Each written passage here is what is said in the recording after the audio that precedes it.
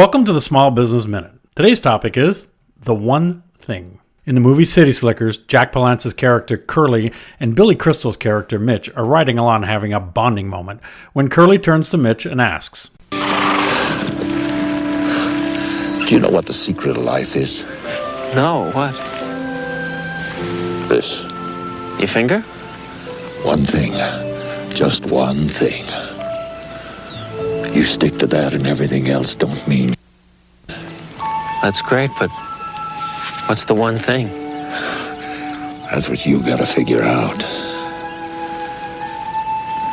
I'm always reminded of that scene whenever I ask a client, what's the number one thing every business needs in order to succeed? Inevitably, I get a number of different answers that include reputation, a good product, good customer service, great staff, hard work, and so on. Quite frankly, they're all wonderful and valid answers and easily qualify within the top 5 items, but not what I consider the most important item. However, every once in a while, I get the answer I'm looking for, and that answer is money. Money pays the rent, the staff, the new PCs, and product and service developments. It's what keeps the lights on. Money affords you the opportunity to create great products or services. Money allows you to provide great customer service. Money allows you to provide a great work environment. Don't believe me? Try doing anything in your business without money. Generating profitable revenue, getting paid, and controlling expenses are all the key elements to getting money. Do enough of these and your bank account grows. I know this sounds pretty simplistic to many, but unfortunately, countless owners don't get it. What I typically come across are owners spending their time on non-revenue generating activities.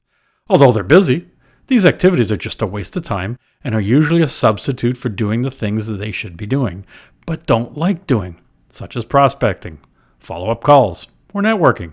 The thing is, the longer they put off doing the important stuff, the longer they struggle.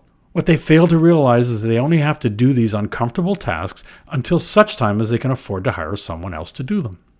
Therefore, it's in their best interest to focus as much attention on generating as much profitable revenue as possible. Other reasons for building a healthy bank account is to avoid stress. Running a small business is full of stress, and an opportunity to minimize any of it is welcome. Having a healthy bank balance means not stressing over making payroll or paying your suppliers. Having money in your account means being able to take a regular paycheck. One of the biggest benefits to having money in the account is being able to weather any form of revenue drought.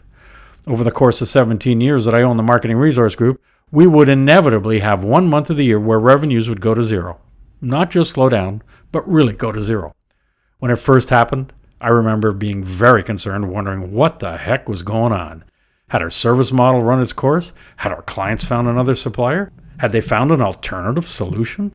It's the kind of things that can really ruin your day, week, or month and keep you up at nights. The first time it occurred was in January.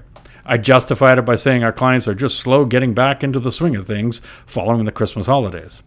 Well, next year, it happened again, but this time in March. Once again, I was stressing over it. However, when revenue recovered the following month, I chalked it up to the spring break distracting my clients. Year over year, it continued to happen, but strangely, never the same month.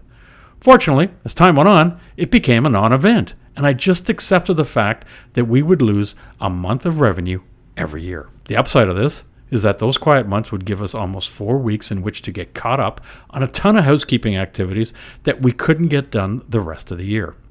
Eventually, we actually planned for these activities for our down month. All this to say is that this is another luxury of having money in the account. We didn't panic, or should I say, I didn't panic anymore. We didn't rush out and change our strategy or desperately take on any old piece of business just to generate some cash, and we didn't lay off anyone. We just kept doing what we'd always done. We maintained our discipline in targeting those clients we wanted to do business with, and with full confidence that the business would return to normal. You can't do that when your account is empty. I do recognize that having money tempts us to get a little careless and spend on nice-to-have versus need-to-have items. But those temptations are easier and less stressful to deal with than having no money. Curly might be right, that as an individual, we must each find our own one thing. But when it comes to owning a business, there is only one thing, and that's money. I'm Greg Weatherden, and this has been your Small Business Minute.